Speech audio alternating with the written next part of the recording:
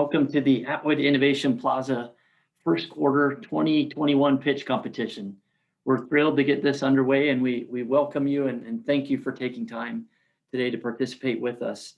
I am Colby Jenkins. I'm the director of the Atwood Innovation Plaza, located on Dixie State University's campus here in lovely St. George, Utah. We welcome you to participating with us today, and a special welcome to those who may be joining for the first time. There are several new first-time attendees today, so we welcome you and hope that you will continue to be a part of our innovation family here at the Atwood Innovation Plaza. A special thanks before we begin to our Innovation Mentor Group sponsors who have generously given of their means and resources to sponsor the cash prizes for this event, specifically Dr. Wayne Provost and Mr. Jeff Stewart, amongst others who are generous in their time and resources in supporting our innovative efforts here. So thank you, our Innovation Mentor Group. Also special thanks to my team, led by Colette Cox, Leo and Ricardo Lupiano, who are Dixie students as well, for their tireless work in putting this together through mentoring and supporting and helping our pitch competitors in their efforts to get to this point. So special thanks to my team, as you'll soon see an outstanding job preparing and getting our candidates ready for today. So here we go. We've got 6 contestants, 6 teams today, a mixture of community members and student-led companies. Each team will have 5 minutes to make their presentation, followed by 5 minutes for questions. If you have a question, please type it into the chat window. Myself and team will be monitoring, and then I will ask the questions. Once the questions are complete or we've reached 5 minutes, then we will quickly move on to the next team.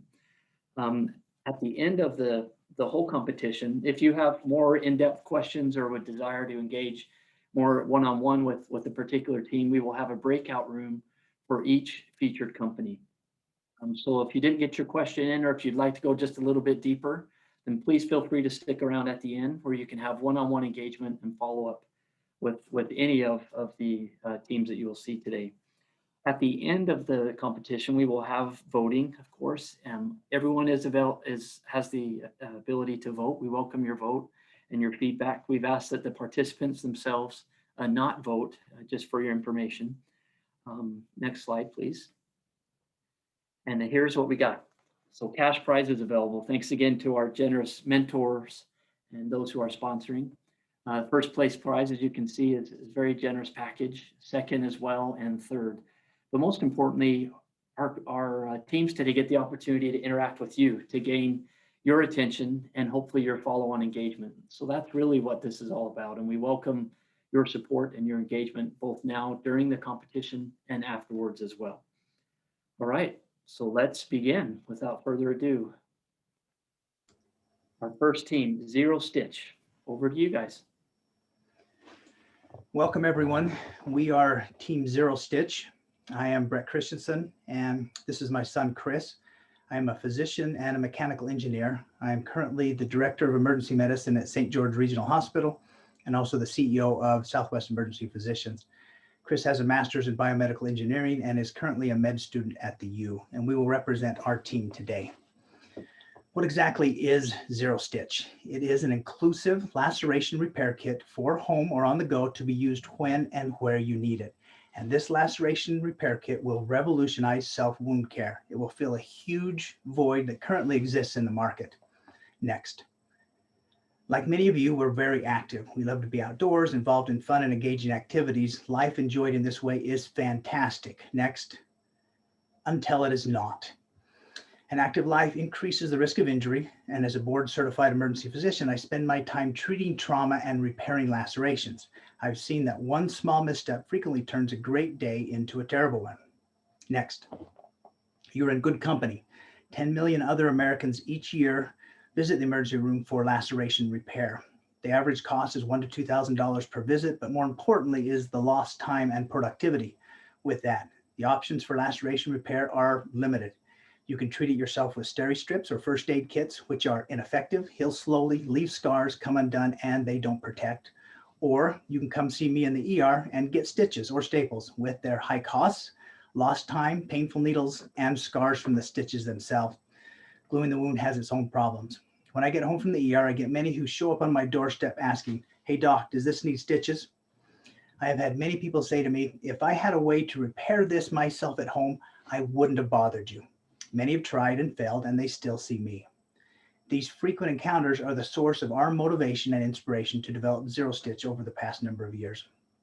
Next, here is a video of an earlier model being applied. A laceration is repaired by bringing the edges together and holding them there until the tissue can repair itself. Zero Stitch is an inclusive, on-the-go, anytime, anywhere laceration repair kit that expertly does just that. It is quick, easy to use, can be applied by anyone, anywhere, and is there when you need it. It is inexpensive, painless to apply, involves no needles or shots, and decreases scarring due to its patented design.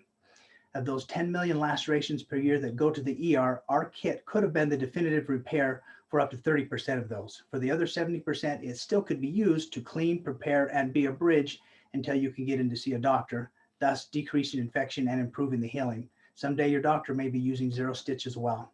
More importantly, for each laceration that went to the ER, there are many, many more minor cuts that didn't go. Zero Stitch could have repaired these cuts, decreasing scarring and shortening healing time. Next. So as you can tell, we're very excited about Zero Stitch. We're also excited about the custom kit that we've designed for our customers. So as you can see here, this is what the kit will include. You can imagine that you planned an activity outdoors that you like, hiking, biking, climbing, something along those natures. You've taken the time out of your busy schedule to do this.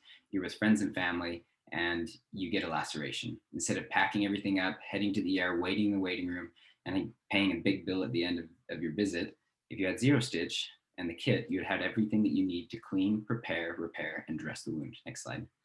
So talking about the overall market size and opportunity, the wound market is large, projected to reach 25 billion by 2024. The primary market, direct to consumer, falls under the first aid market and gets about 160 million annually with 5.3% compounded annual growth rate. A transition seamlessly to healthcare field makes sense for Zero Stitch as well. So we see this being used in emergency rooms, urgent cares, and doctor's offices, and that also has a sizable market with that as well. Currently, our manufacturing costs are around $10 to manufacture the entire kit. We're confident we can get that down to $5 as we scale. Retail price is $40 or $60 depending on the type of kit that the consumer purchases. Our main competition is a device called Zip Stitch. It's used primarily in hospitals and with surgical lacerations only, and is used with linear cuts. The main advantages with Zero Stitch is that we are going to be the first to sell directly to the consumer. We're going to be the first to sell the product with a customized kit for the consumer. And we also do have a patent. Next slide, please. You met the two best looking members of our team. Other members include my two brothers, James and Clancy, and then our awesome engineer, Philip Dietz. Next slide, please. So we currently have a US utility patent, high quality injection mold. We've done significant manufacturing research and development, and we have a US trademark for Zero Stitch. What we're asking for is $375,000, which will go primarily towards production manufacturing costs, about 20,000 kits, significant marketing, advertising, and website development to get this in front of people, and then clinical testing and FDA registration. Next slide, please. So Zero Stitch is a revolutionary new device that will get you and your loved ones back to doing the things that you love without interrupting your life. And at this time, we are excited to take any questions. All right, great. Thank you very much. Well done. I will just look at the chat window. If you have any questions, those in the audience, please go ahead and ask. I see one from Jeff Stewart. How does it attach? So I can answer that. So we use medical grade adhesive on the pads of the device during that video. We place the device, Zero Stitch, over the wound. It adheres to it and stays on there for 7 to 10 days using kind of 3M adhesive. Okay, another question. How are you going to market the product? So initial thoughts are we are probably going to do a crowdfunding campaign initially to get a better feel for who our target audience is in kind of a low risk setting. And then from that, target specifically online through social media channels to those direct markets. We see that being healthcare providers like nurses wanting this in their home, outdoor enthusiasts, people like that. But we really want to see who's there and interested. Okay, thank you. Do you have a design or a utility patent? Both. Okay, great. Is it easily removed when you go to the ER or when it's healed? Yes, it actually You can carefully remove it and it removes just fine. However, it stays in place very well. It's got a great adhesive on it, and just gentle, constant pressure will pull it off. And also on top of it, we have a cover that will keep it completely clean and dry and waterproof. So no dirt or water can get on top of the wound while it's healing. Great. Okay, thank you.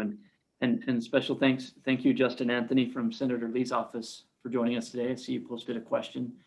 His question is, where do you currently manufacture? So we are still in the prototyping stage. We're working with a converter company out of Pittsburgh that has a headquarters here in Salt Lake. So it'll likely be out in Pittsburgh to manufacture. Okay, great. And then follow up from Justin as well. Who will be your primary market, individuals or providers/hospitals? So that initially will be the individual. Right now, the push of medicine is to move stuff out of the hospital to the emergency department, move stuff from the emergency department to the home. We're trying to decrease the cost. And so our primary market is to give something to the customer that they've never had before. Right now, you get a cut, you have no choice. And so we're going to start with a customer. However, in the emergency department, if I have this device, it's fast, much easier than any other way to repair lacerations. I would want it as well. So secondarily, we're going to move into the medical market, but we want to get this to the customer first. Great. Okay. Looks like we have just over a minute left, a little over a minute. After 7 to 10 days, would you reapply another one if needed? No, for lacerations, when I repair a laceration, I leave the stitches in from 7 to 10 days is typically the length of time. And so it will have healed by then. And the way this heals, sutures have a very fine point of contact, so it's not as stable. This covers the whole wound and keeps it in place, so it will actually heal faster than one done with stitches with less scarring. Okay, great. And then our final question, how big of a cut does this cover? So it can cover anything from a centimeter to 15 centimeters. The key thing is there are certain wounds this can't be used with. It can't be used with a really deep one. It can't be one that's contaminated with gravel and you can't clean it yourself, or one that's irregular. So as long as it's the typical superficial lacerations like most people have, it can cover the entire length because you're going to put multiple units on that will cover the whole wound. Okay, great. We're right at time, but I have to, my boss asked a question. Dr. Michael, of course, thank you for joining the provost of the university. Are there situations when it should not be used?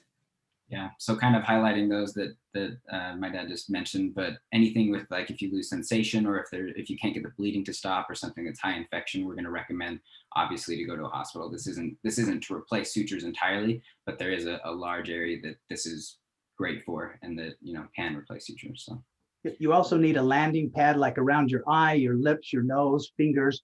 Not the ideal place. Any place there's a fat place like a forehead, cheek, arms, legs, trunk that aren't too deep, that need deep stitches as well. And then there's about 4 questions for FDA, just really quick. It's FDA Class 1 exempt. We've talked with the FDA attorney, and so that's the pathway that we'll be on. So it should be short and simple. Great. Okay, well, thank you. We'll transition to our second team, and reminder, we will have breakout rooms at the end. So if you have more questions, certainly stick around for those. So next up, Square in the Eye. I am excited to introduce Square in the Eye. It's a company dedicated to fostering eye contact in the autism community. I am Heidi Kershaw, the founder and the CEO. Next, this is my son, Jack. He's the one who inspired it all. I'm here because I just wanted him to look at me. Research has shown that eye contact is a fundamental skill in building social relationships. Next slide. Recently at a park, a woman became very upset with Jack for stealing a Frisbee off of her husband's lap. She went after him and became even more aggravated when Jack wouldn't and frankly couldn't engage with her. When I spoke, she said, he wouldn't look at me. He wouldn't talk to me. I demanded an apology and he pretended I wasn't there. Unfortunately, this is not an uncommon occurrence for us or for other parents with autistic children. Next slide. So why is eye contact important? There's 2 main reasons based on current data. First, back to the park where Jack couldn't connect with the woman. The lack of eye contact leads to social isolation, which triggers a high percentage of anxiety and depression in this community. And second, eye contact is a building block to further language development. Next slide. So what do? I'd like to introduce Daryl Goff, adjunct professor at Brigham Young University, who led the engineering team that created the first prototype. Daryl? We developed a pair of glasses that are worn by a therapist to help children make eye contact. As you can see in this video, the therapist wears the glasses and displays the child's favorite animation on the lenses.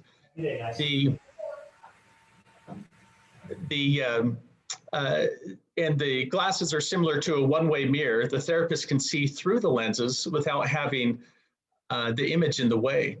Once a gaze from the child has been established for a time, they then turn down the image so that the child can see their eyes.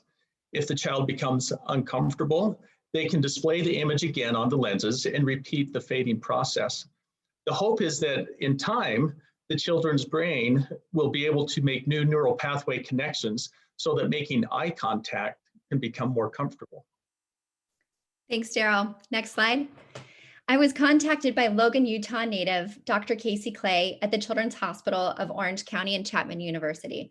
He offered to run a test study on them because he thinks the glasses will help train eye contact faster and in a more preferable way.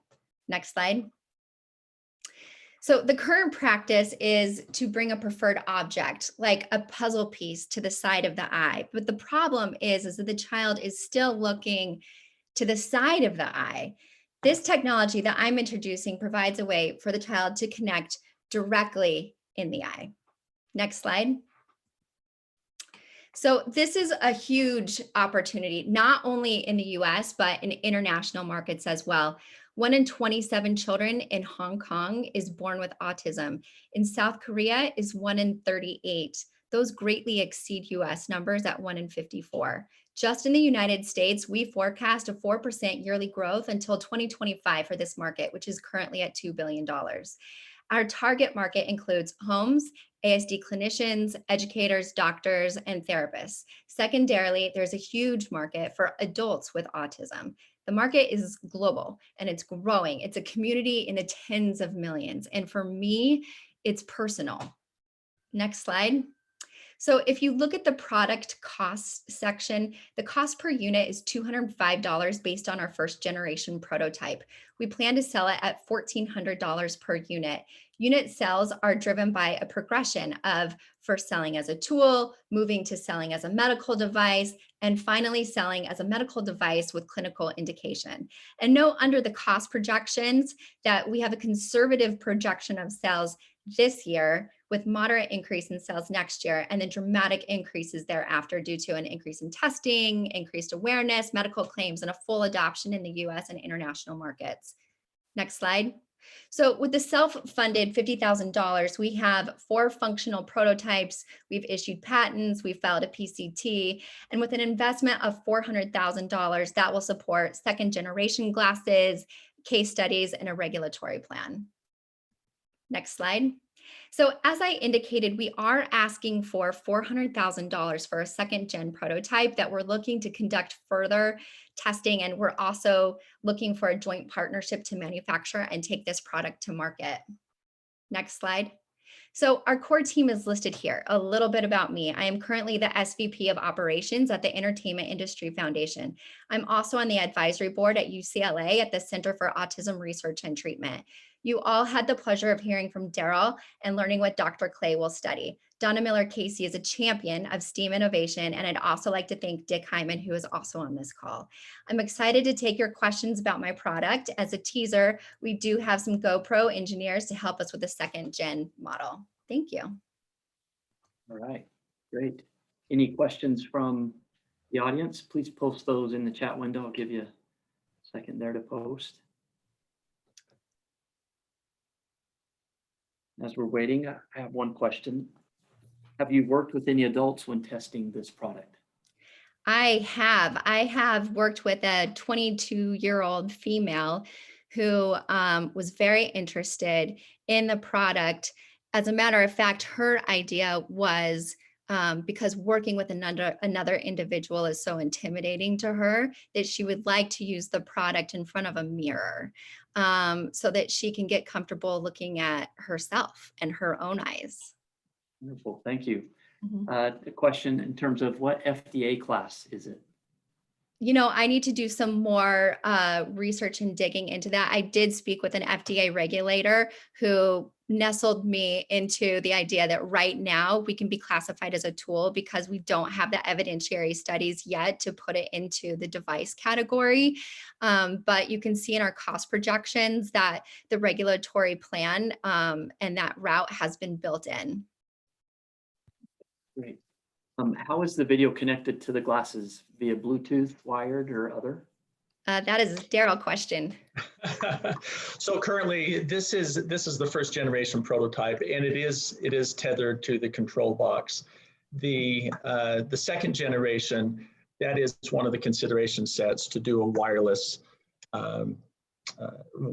connection to the glasses themselves. Great. Okay. Thank you. From Evan Thomas of State Bank of Southern Utah, would health insurance plans cover something like this in the future? Do you know, or if there's useful life of product? Yes, absolutely. We have factored that in. And what we'd like to do is get it to a process within the FDA regulatory grouping where it can have a medical indication. Okay, great, thank you. And from Dr. LaCourse, do you need a clinician to direct behavior modification? Oh, that is a great question.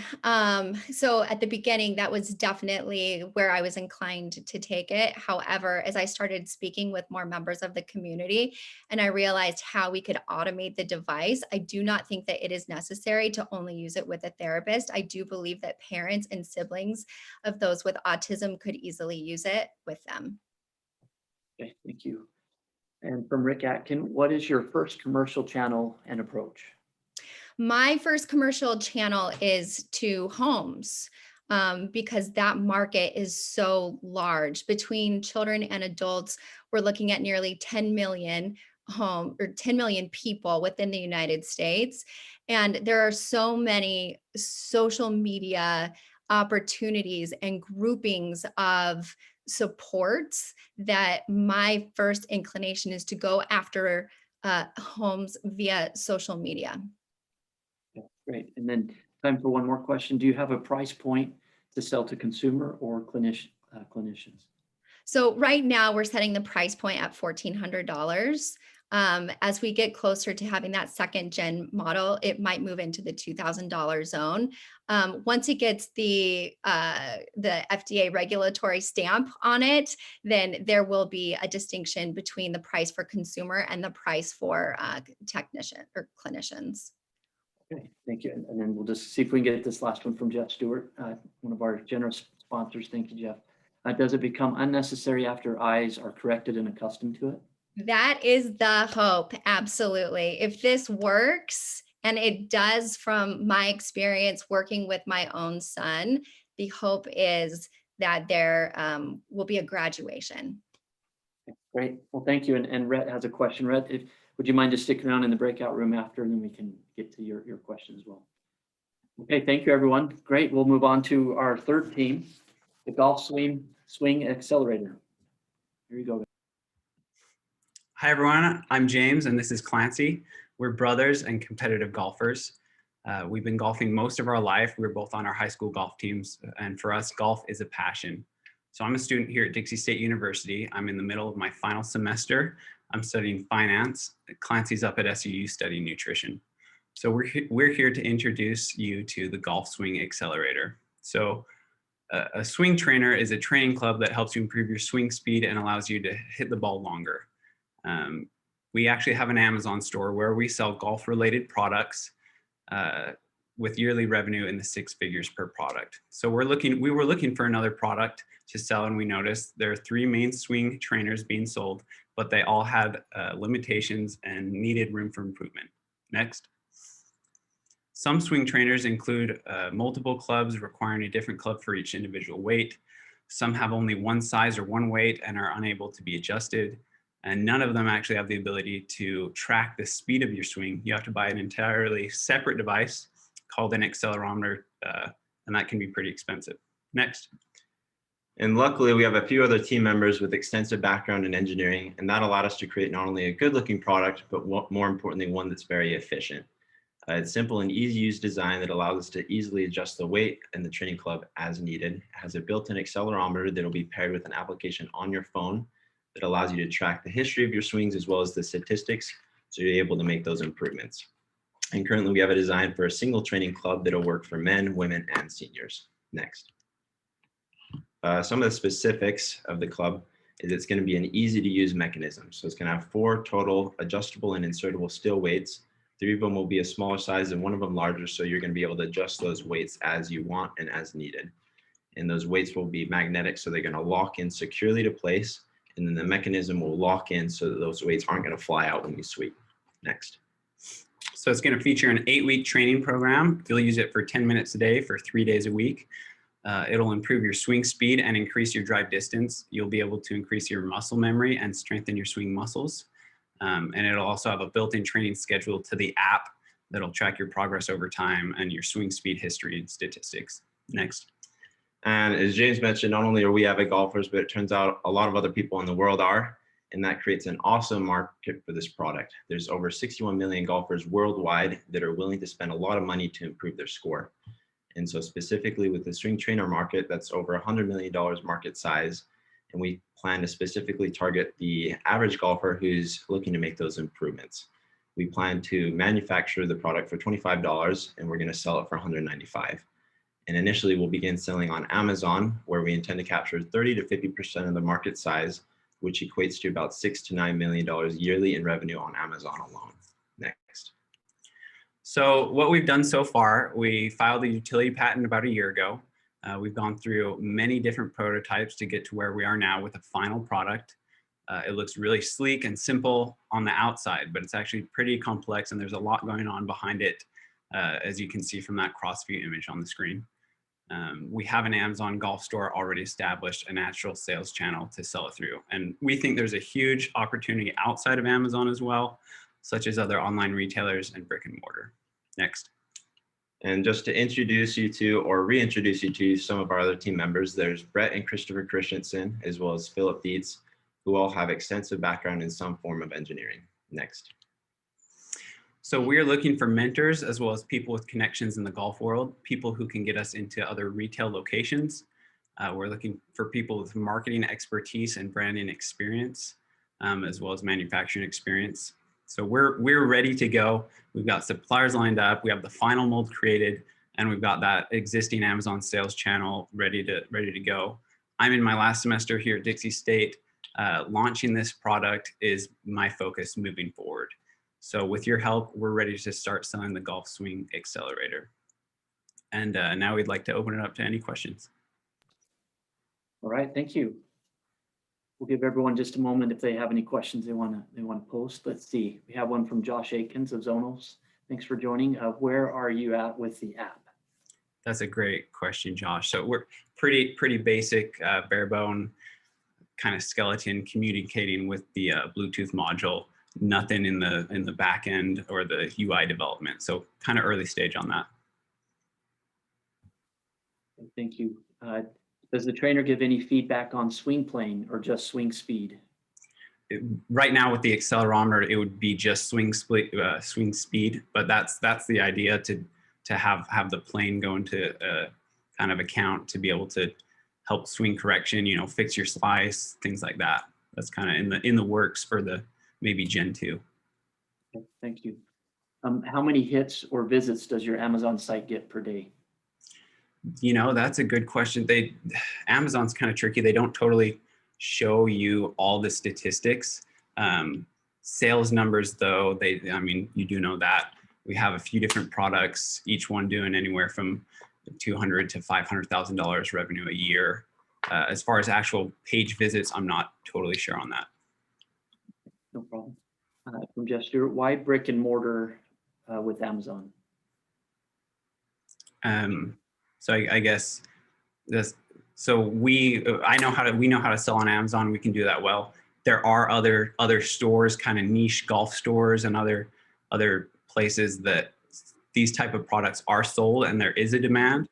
We don't have the experience getting into those, and so I guess the idea or thought is let's sell it everywhere that we can. We know it will do well on Amazon and have a lot of revenue, like Clancy said, but we're looking to get everything out of it that we can.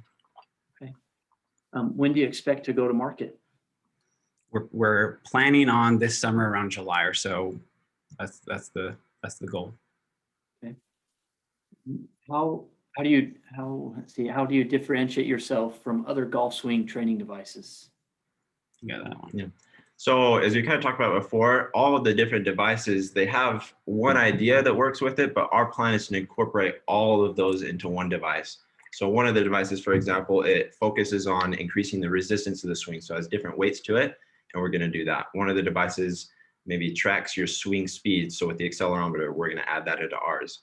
And some of the other ideas with that, we're going to add that into ours as well. And so our idea is to take all of these ideas, improve upon them, and make them into one device that we're going to sell for a better price than the others. And so it should blow all the others out of the water. Okay, thank you. And what is the name of your store on Amazon? I actually have a couple different stores. One that you could look up if for those who are on a computer is Golfit, GOLFIT. Okay. Did you say there was another one, or that's the main one you direct people to? Yeah, that'd be the main one for golf products to go look at. Okay. And then Justin, I see your question, Justin Anthony. I think they kind of answered that just before this one in terms of what other products may be out there, and what they're trying to do. Are you seeing other products that might compete with yours? How do they compare if they're already listed? That's kind of the idea of, we were looking at what's the next product area that we could get into, and we saw this huge area of revenue, and the three main existing products they're all lacking, and so we decided that we can do a better job and kind of scoop some of that market. Great. Okay. Is the length of the shaft adjustable? So right now we just have a single club length that's going to work for men, women, and seniors, but we also plan to produce a junior version as well that'll work for them. So it's not adjustable, it's one size fits all. Great, thank you. And that was from Heath Hansen. Thank you, Heath. We have Senator Lee's office represent today, so thank you. We appreciate your support. Rodney Shute, how much investment are you looking for? From Rodney's asking. That is a great question. Currently not particularly investment as far as financing goes, but kind of connections and the ability to expand is what we're mostly after so far. Okay, great, perfect. That takes us to time. We'll now transition to our fourth theme, weekdays. Thank you, audience. Great participation. Let's keep it up. Before. Hello, my name is Ammon, and this is my sister, Calestina. We represent Weekdays. Weekdays is a very unique marketing firm that benefits not only businesses, but also consumers. Our mission is connecting consumers with activity-based businesses to enhance their business profits Monday through Thursday. Next slide. Because we serve both activity-based businesses and their consumers, there's two problems here that we need to identify. First, for activity-based businesses, Monday through Thursday are their least profitable days in the week. Data suggests that traffic actually increases 50% on the weekends. There are businesses such as Taco Bell that have come up with campaigns like Taco Tuesday to drive business up during their weekdays. However, most businesses struggle with this. Our consumers' age range is between 18 and 25 years old, and their problem is bringing more fun to their weekdays. They're enrolled in college classes and have jobs, and so their priorities and energies are spent elsewhere. Next slide. With these two problems, we have created a service that truly is the solution. It is our weekday activity membership. Now for consumers, Weekdays provides that incentive for them to go out, go to these businesses and have fun. For only $20 a month, members receive one free entry into 4 different activity-based businesses per month. Each entry is redeemable only once and only accessible Monday through Thursday.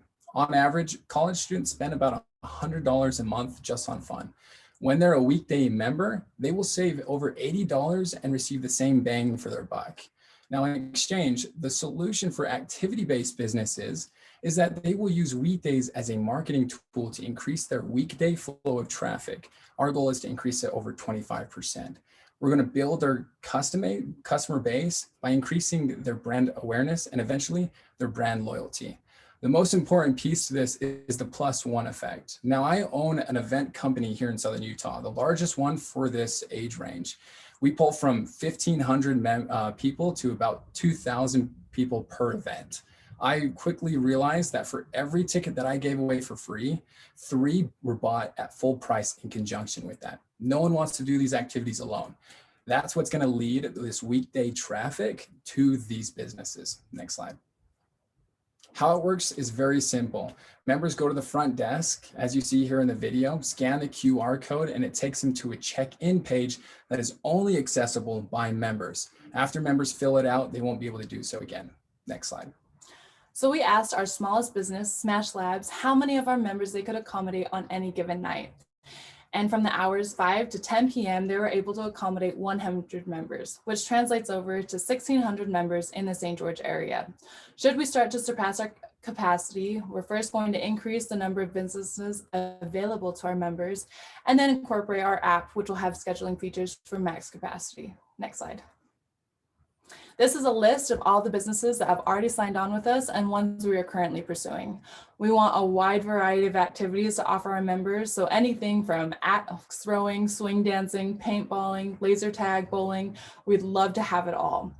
So these businesses won't be giving out free entry every month. Instead, there will be a rotation that they will be on. There are 50 plus activity-based businesses here in Southern Utah and hundreds throughout the state, which gives us a huge market opportunity. Next slide.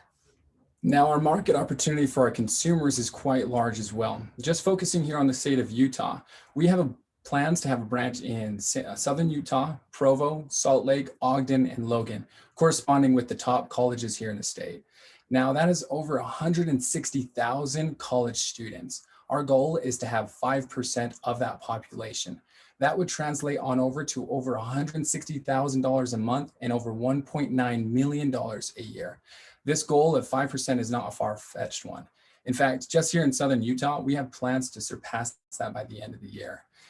This market is not only big, it is very, very consistent. We'll have a fresh batch of students every single semester. Next slide.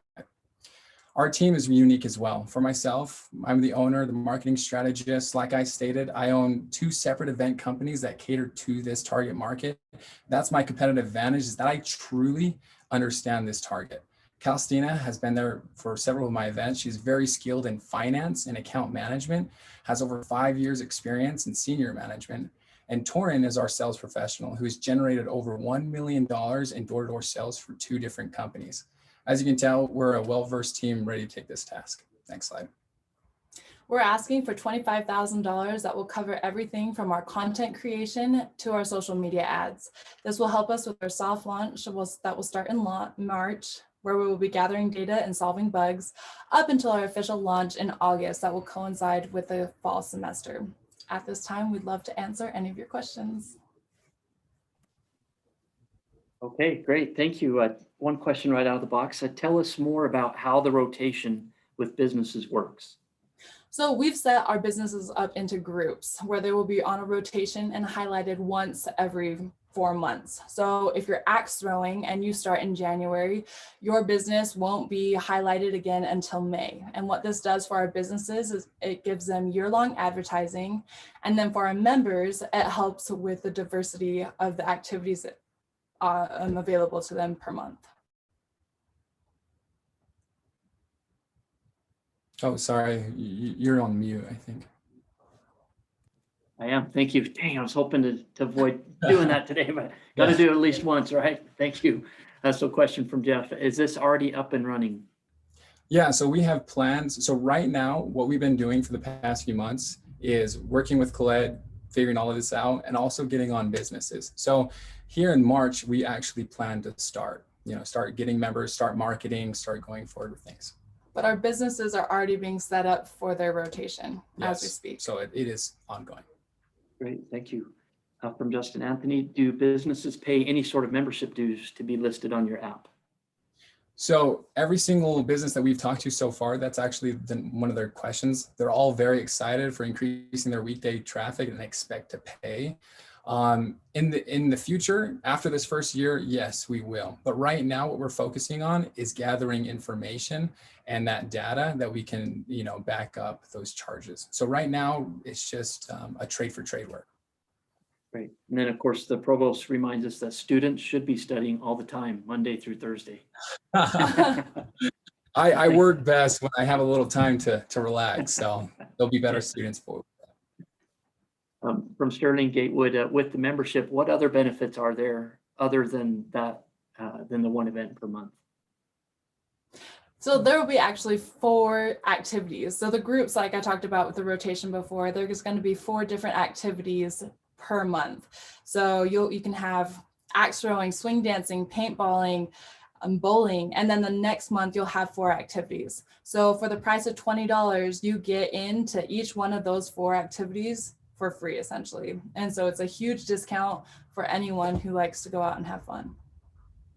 Okay, great. Well, thank you. Well done and good job. Let's transition now to number 5, Squared Away.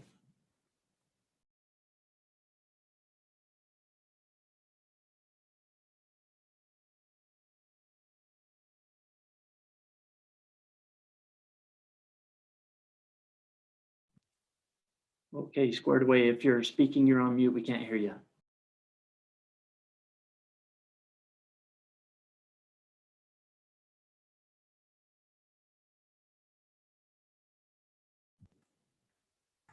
There we go. Can you hear me now? Yes, we got you. Go ahead. Go ahead.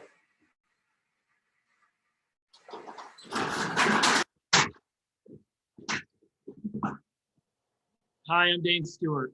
And I'm Coleman Weaver, and our company is Squared Away. Now, the items that you just saw behind you are commonly found in your garage, storage units, or strewn throughout your home, impeding parking, easy access to your tools, recreation equipment, and free walkable space. Do you find yourself hurtling through a maze of clutter in your home or garage? Next.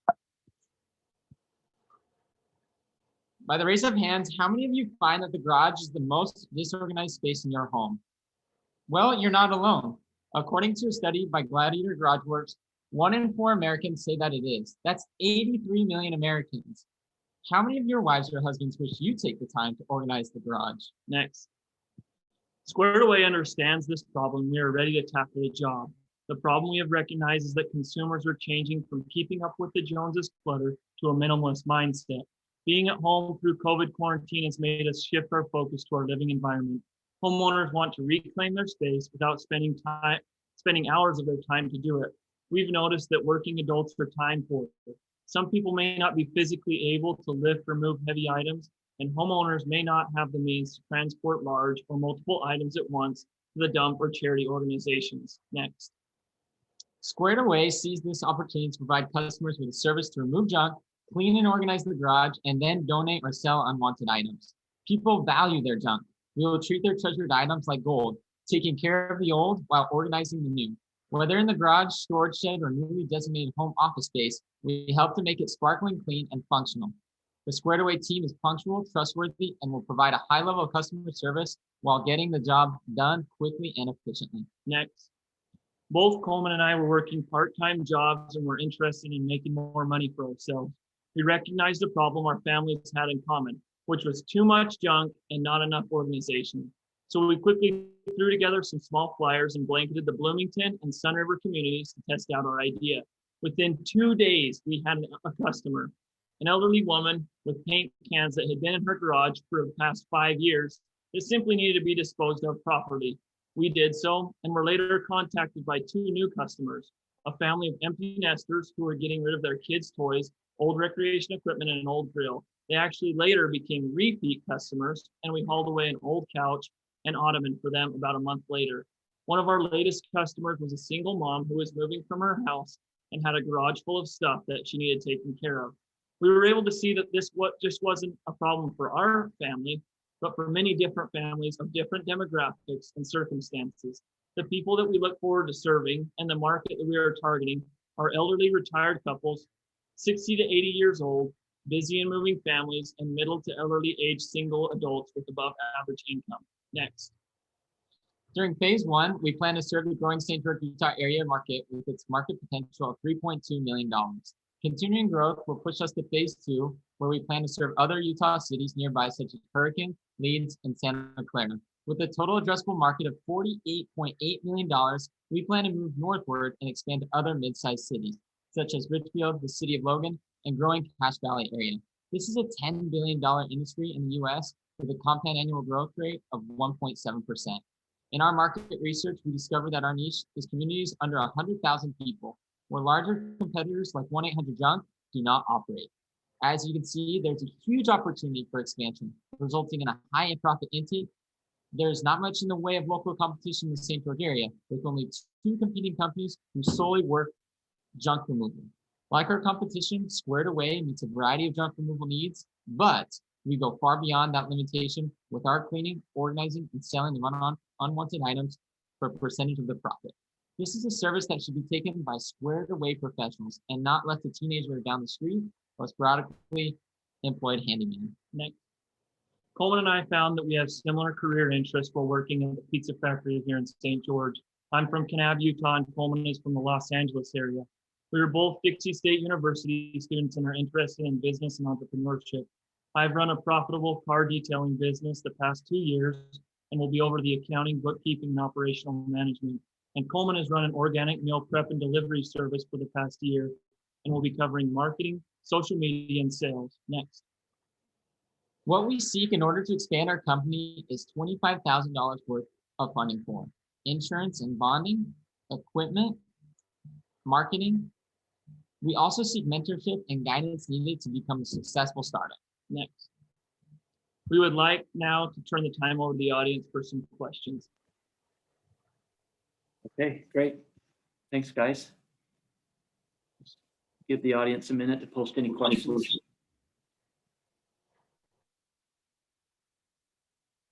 As we're waiting, I have one. What made you decide to start this business? I think you already kind of got at that, but would you like to expand a little bit more? Yeah, so where I'm from in Kanab, my family has a garage, and probably like most of you, it was full of junk, full of stuff that they didn't need. And my mom would always ask me, hey, can you take this out? Can you do this or that? And I always struggled to do it, to complete the job. And so we just decided, you know what, let's make this a lot easier for people and create a service to where they can call us up with professionals and we can haul away their junk and organize their garage. Great, thank you. What is your fee structure? So it's pretty simple. The fees that we will, enforce and acquire is for hauling away trash. It's $50 per load to $100 depending on the size. And then as far as other fees go, we charge per hour for garage organization, and that will be 25 and above an hour. Okay, thank you. Do you plan to expand outside the St. George area? And if so, what is your plan to do that with your team? Yeah, so like we said, we do plan to expand outside of the St. George area, hopefully go northward into those cities that fit within our realm of 100,000 or less.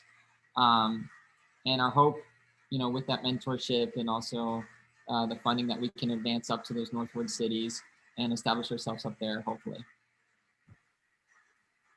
Okay. Are you giving equity for the 25K if invested? If so, how much?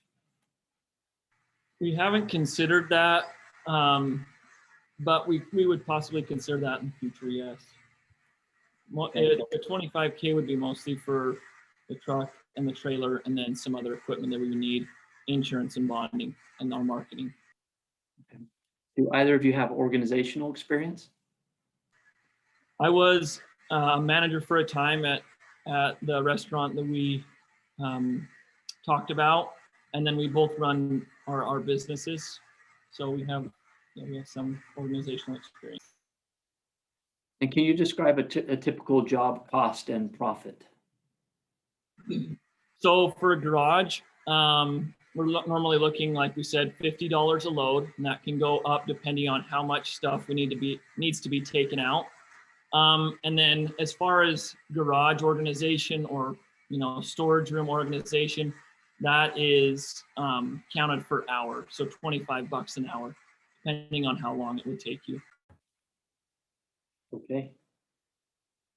All right, thank you. Not seeing any further questions. Good job. Thank you. We will now transition to our final team, Soft Sales Petri Dish. Over to you guys.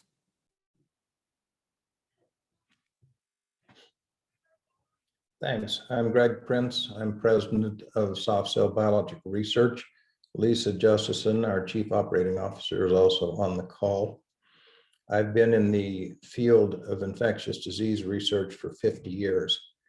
For 49 of those years, the nightmare scenario for myself and my colleagues was a respiratory virus that could affect the central nervous system and kill millions.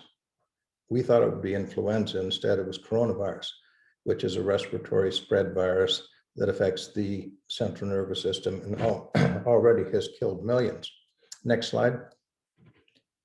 But slightly beneath the surface is a second nightmare scenario that, because of COVID-19, has receded into the background in the public consciousness, but not in terms of its public health threat.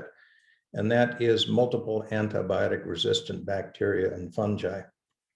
3 headlines here from sources you would probably recognize. The one on the lower left is from Sally Davies, who is the chief medical officer of the UK. 1 death every 3 seconds calculates to 10 million deaths per year. And that's a widely accepted estimate of what the toll will be by 2050 if we don't increase the armamentarium that we have of new antibiotics. The problem that we have, though, is that at the same time multiple antibiotic resistant bacteria and fungi are on the increase, the economic model of antibiotic development is broken. Next slide, please. 20 years ago, there were 18 major pharmaceutical companies that were in the antibiotic discovery arena. Only 3 of those now that focus principally on the antibacterial side are left. And the reason is because for them to develop a new prescription antibiotic costs in excess of $1.5 billion. And because of the quirks of the marketplace, they lose money in doing it. Next slide. The niche that we occupy at SoftCell is that we have developed technology for culturing very hard to culture but abundant bacteria, generally called L-forms. These have been known to exist for decades, but nobody had been able to tap into how can you culture them and see what they do and see what they might be capable of producing. It turns out that some of them appear to be quite capable of producing compounds that can kill other bacteria. We have potentially thousands of candidates. We assume that the economic model will be fixed. It is being fixed currently, largely through a consortium between the US, the UK, and Germany called CARB-X. So we feel that if we can get far enough along on the developmental pathway, the economic model will encourage the taking of this all the way to the marketplace. Next slide. The problem, though, is to winnow down the candidates from thousands to hundreds to tens, and the current design of disposable plasticware in the laboratory works against that. On the upper is a photograph of a typical plastic Petri dish. On the lower is what you have to do to that dish to try to determine if the candidate microorganism, 102 in the middle, has activity against any pathogens. Those are in 6 rays around the outside. Right now, you have to flip over the plate, take a magic marker, draw on the underside of it, which tends to obscure your ability to look at some of the cultures. And the whole process is time consuming and material consuming. Next slide, please. So our solution has been to design a new culture dish that is notched, that's on the upper right, as is the lid on the upper left, so that the orientation between cover and plate is always maintained. That allows you to write on the top of the plane and not obscure what's going on the culture side of it. But even more important is the 2 dishes on the bottom. On the bottom right is a segmented dish with 6 segments. It has a protruding piece that will fit into the notch on the left. It also has a gap around the outside. When you pour the liquid medium in, it takes a few minutes for it to solidify. This is then self-leveling.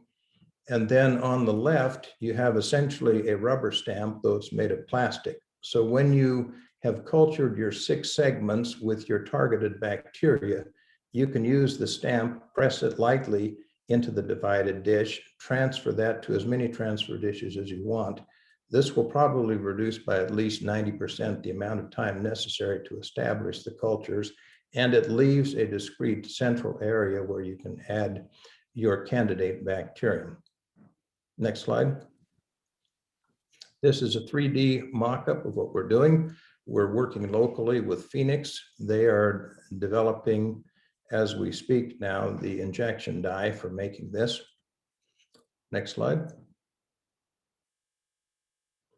For the 4 pieces, the current cost at low volume is about $1.50. That'll come down dramatically if we gear this up to high volume.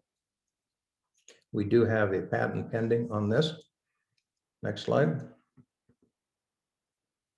These marketing data were amassed by the people of Dixie State, for which we're grateful. Certainly the worldwide figure is relating to all disposable plasticware for tissue culture.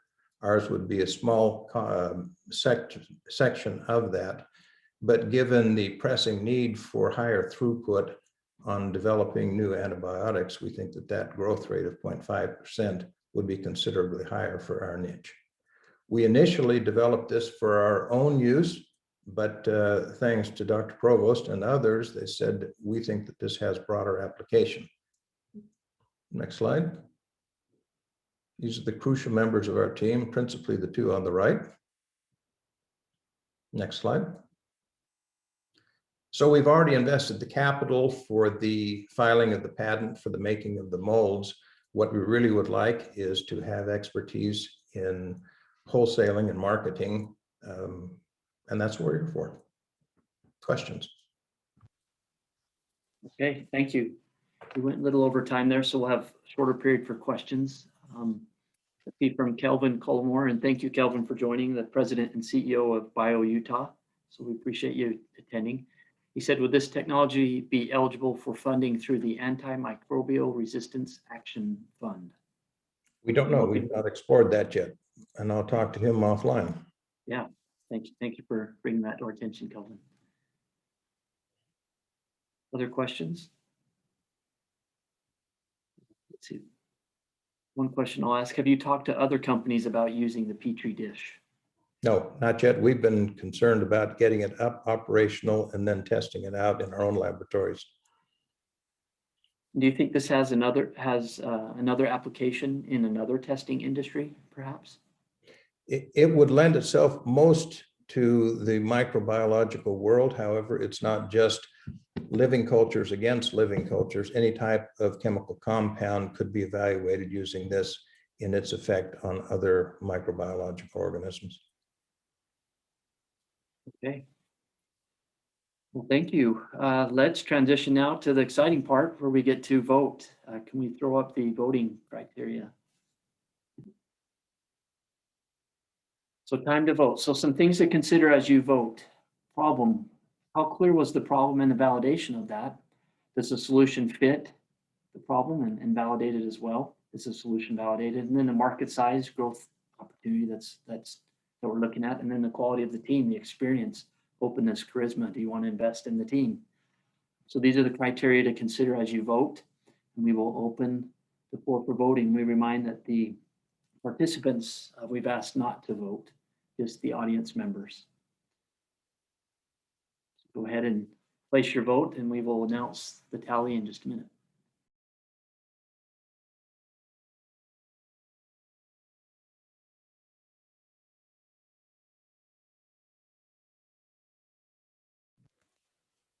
While we're waiting for the votes to tally and the results to be sent over to me, just want to thank those who have participated today. 6 outstanding teams, tremendous quality of effort and entrepreneurial spirit. As you can see, what a wonderful opportunity for them to present. And special thanks to our sponsors.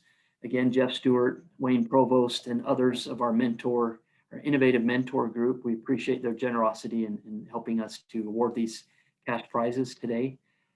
Also grateful to my teammates, led by Colette Cox, and our 2 outstanding Dixie State students who've been helping or lead the charge here, Leo and Ricardo Lupiano. As you can see, the quality of their work is manifest through the presentations that we saw today. This happened after countless hours of market research and rehearsals and so forth. So let me check to see if we have the results coming in. Stand by, please, and we'll have those announced. As after I announce, we will make the breakout rooms available.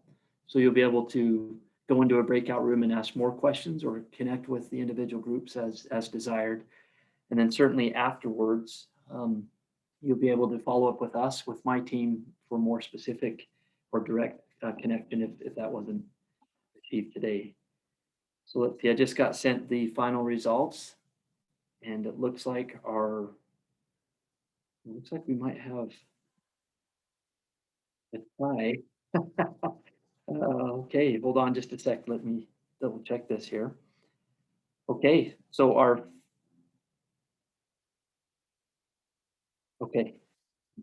our winner by quite a distance is Zero Stitch. So congratulations to Zero Stitch as our winner. I should have announced these in reverse order. Sorry, I was excited to announce. Our second place winner is Square in the Eye. And third is the Soft Cell Petri Dish. So congratulations to our winner, Zero Stitch, overall winner, followed by Square in the Eye for second place, and Soft Cell Petri Dish. Double checking we got those correct. Yep. Okay, well, congratulations. You can see our prizes listed there. $1,500 to our first place winner and so forth. But most importantly, they all had the opportunity to present to you, and we thank you for attending. We will be doing this every quarter. So look for our invitation to go out again for our second quarter, and we will invite all of you to attend again. We appreciate your support, your attention here to our efforts in the Atwood Innovation Plaza, and most importantly to our generous sponsors who've made this possible. Do we have the breakout rooms now available? Okay, so you can see there up on the screen, if you'd like to stay on and connect, ask more questions, get follow-up information from any of these groups, these are the breakout rooms. You can post in the chat window which room you would like to attend, and then my team will pull you into that room. So if you'd like to stay on, please make that known in the chat window.